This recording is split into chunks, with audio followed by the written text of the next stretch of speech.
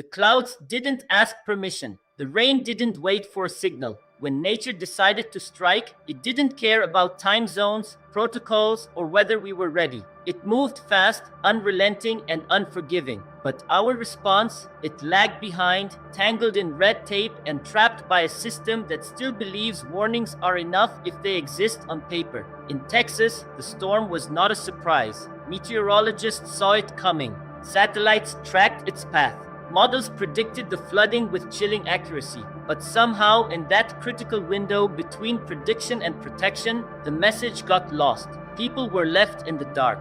Alerts came late or not at all. Sirens stayed silent until water had already filled the streets. Entire neighborhoods were caught off guard, not because no one knew, but because the people who knew didn't move fast enough. And those who were waiting for someone to say, "Go," never heard it until it was too late. Some families woke up to ankle-deep water and went to bed in shelters if they were lucky. Others lost everything before they could even grab their keys. And what makes it worse is that this isn't a new story. We've seen it before, we've studied it, dissected it, written long reports about it. But somehow, we keep repeating it. Because the systems we rely on to warn and protect us are built on processes, not urgency. They're built to be safe, not swift. There are chains of command, layers of confirmation, multiple agencies that all need to agree before a warning goes public. And while they're reviewing protocols, debating thresholds, and checking if it's too early to cause panic,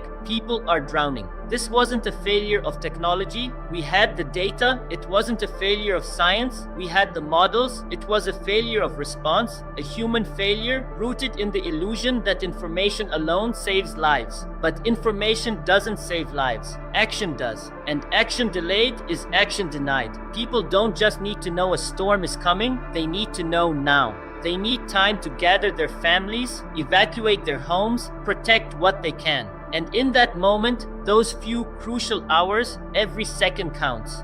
It's heartbreaking to think about how many lives could have been saved if only the warnings had come sooner. If only someone had pressed the button without waiting for a sign-off. But instead, we waited, we hesitated, we followed procedure, and the storm didn't care. It just kept coming. We can't stop the rain. We can't control the sky, but we can choose how we respond. We can choose to build systems that move as fast as nature does. Because when the clouds roll in and the rivers rise, people don't need permission, they need protection. And that protection has to come faster than the flood. For years, the warnings were there. Engineers raised concerns. Climate scientists issued reports. Community leaders begged for investment in flood prevention. But over and over, those warnings were shelved, silenced, or simply ignored. Because preparing for a storm doesn't generate headlines.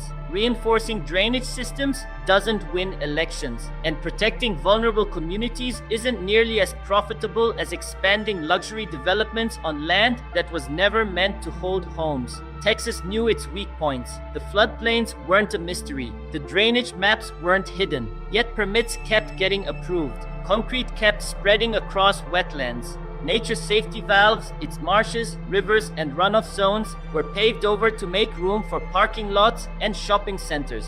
All the while, the risk kept rising and the people in charge kept rolling the dice. They gambled with time, hoping disaster wouldn't strike on their watch. But this time, it did. And the ones who paid the price weren't the developers. It wasn't the decision makers in glass towers. It was the everyday families whose homes were built in the danger zones. The workers who lived paycheck to paycheck and had nowhere to run when the water came. The elderly residents who had trusted that if something were wrong, someone would have done something by now. But nothing was done. Not because we didn't know, but because we didn't care enough to act. Because for too long, comfort was chosen over caution. And now, we're left with devastation that could have been reduced, even prevented. The cost of complacency isn't measured in dollars, it's measured in lives. And in moments like this, that cost is impossible to ignore. Warnings are supposed to protect people, not just inform them, not just satisfy some checkbox on a bureaucratic form. Their purpose is simple: get the message to the people who need it before it's too late. And yet, time and time again, we treat warnings like data points instead of lifelines. We issue them in sterile language, buried in apps no one checks, shared on systems, that aren't built for urgency but for caution and plausible deniability. The failure isn't just in when the warning comes, it's in how it comes and who it actually reaches. You can have the most accurate forecast in the world, but if the person standing in a flood zone doesn't know it's coming, that forecast is useless.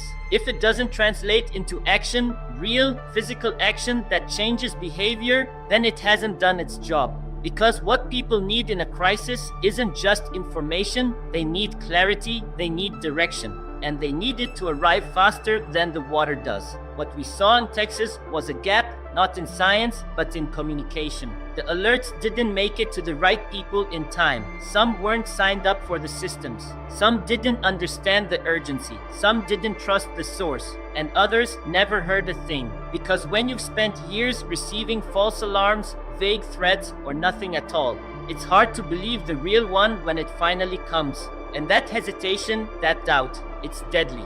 The human brain is not wired to make rapid decisions in chaos unless it's trained to do so. In emergencies, we default to what's familiar. If warnings aren't direct, emotionally resonant, and easy to understand, people don't move. Not because they're careless, but because they're overwhelmed. Their nervous system goes into a freeze state, not a fight or flight one. That's why the system must do more than alert. It has to move people, it has to cut through the noise, override doubt, and deliver a signal so clear that action becomes instinct. We're talking about seconds here, not minutes. Seconds that decide whether someone grabs their child and leaves or stays put and loses everything. Seconds that define the difference between survival and tragedy. And in those seconds, people don't need a long explanation of risk probability. They need a simple, unmistakable message: leave now, get to higher ground, take this seriously. The system didn't do that. And because it didn't, lives were lost, not just to water, but to silence. A silence that could have been broken by one more alert, one earlier decision. One clearer message. The science was there, the tools were there, but the urgency wasn't. And in the end, it wasn't the storm that failed us. It was our inability to respond to it with the seriousness it demanded. Because a warning isn't meant to sound smart, it's meant to save. And here's the bitter truth: we'll have another chance. Another storm will come. That's the cycle. Nature doesn't wait for us to be ready, and it certainly doesn't learn from our mistakes. We have to be the ones who learn. But will we? Will we rebuild the same systems that stalled last time? Will we keep relying on outdated chains of command, on passive messaging, on public trust that no longer exists? Or will we finally build warning systems that work, systems that don't just inform, but compel? Systems that use every available tool, push notifications, geo-targeted texts, loudspeaker alerts, even door-to-door outreach, if that's what it takes. Because lives are not statistics. They are not collateral damage in a spreadsheet. They are stories, memories, and futures, and every single one matters. This isn't just a call for better tech or more data. It's a demand for urgency, for responsibility, for empathy at scale, because the next time the clouds gather, the next time the rivers swell, we won't be able to say we didn't know. We'll only be able to say whether we acted. And by then, what we did or didn't do will echo louder than any storm ever could.